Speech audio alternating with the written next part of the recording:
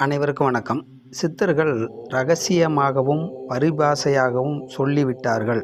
அதனால் சித்தர்கள் கண்டு உணர்ந்த எல்லாம் இரகசியமாகவே தொடர்கிறது என்றுதான் நாம் நினைப்போம். ஆனால் சித்தர்கள் எதையும் இரகசியமாக கூறிவிடவில்லை. சித்தர்களிடம் கேட்டது கிடைக்கும். ஆனால் அவர்கள் அதற்கான பக்குவத்தையும் தகுதியையும் உருவாக்கிய பின் தருவார்கள். உலகில் புண்ணிய பலனும் முயற்சியும் உழைப்பும் இல்லாமல் எதுவும் கிடைக்காது. இது பிரபஞ்ச நீதி. கடுமையான வெயிலில் வந்தவருக்கு ஒரு வேப்ப மரத்தினின் நிழல்தான் ஏசியாக தெரியும். தேவை உள்ளவனும் தாகம் உள்ளவனுக்கும் தான் உண்மை ரகசியம் புரியும். பசித்தவனுக்கு பழைய சாதம் அமிர்தமாக தோன்றும். தாகத்தோடு தேடினால் தண்ணீரின் அருமை தெரியும். சித்தர்கள் நமக்கு ஓலைச்சுவடி நூல்களில் சொல்லாத விஷயங்கள் இல்லை. கடந்த தலைமுறை பலவற்றை அளித்தாலும் சித்தர்கள் கூறிய ஞானம் என்றும் அழியாது. ஞானம் அடைவதற்கு பரிபாஷை என்று நினைத்து கொண்டு இருக்கிறோம்.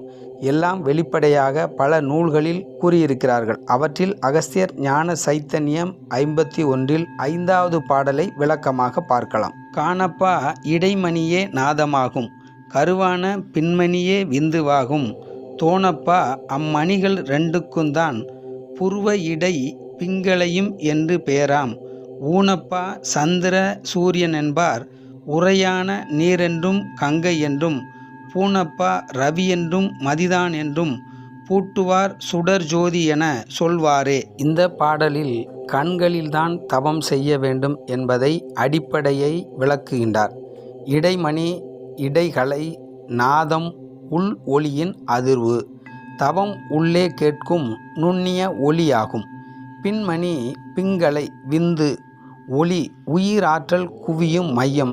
இந்த இரண்டும் இடகலை பிங்களை என்றும் சந்திர சூரியன் என்றும் ரவி மதி என்றும், இடைகளை சந்திர சக்தி குளிர்ச்சி மனம் சார்ந்ததென்றும், பிங்களை சூரிய சக்தி வெப்பம் செயல் சக்தி என்றும், பிங்களை ரவி சூரியன் என்றும், இடகலை மதி சந்திரன் என்றும், உடலில் உள் வெப்பம் சமநிலையாக நிர்ணயிக்கும் சுடர் ஜோதி வெளிப்படும். இரு கண்களின் கவனித்து தவம் செய்ய இரு கதிரும் உள்ளே சுழிமுனையில் ஒன்றாக இணையும். இடகலை கங்கை குளிர்ச்சி மன அமைதியை தரும் சக்தி என்றும், பிங்களை சூரிய சக்தி வெப்பம் செயல் சக்தி என்றும், இந்த இரு சுடர் ஜோதி இரு கண்கள்தான். இதில் தவம் செய்ய இரண்டு சக்திகளும், அதாவது ஒளி உள்ளே இணைந்து சுழிமுனையில் ஆழ்ந்து சுடர் ஜோதி அனுபவம் கிடைக்கும் என்று கூறுகிறார். அனைவருக்கும் வணக்கம். நன்றி. மீண்டும் சந்திப்போம்.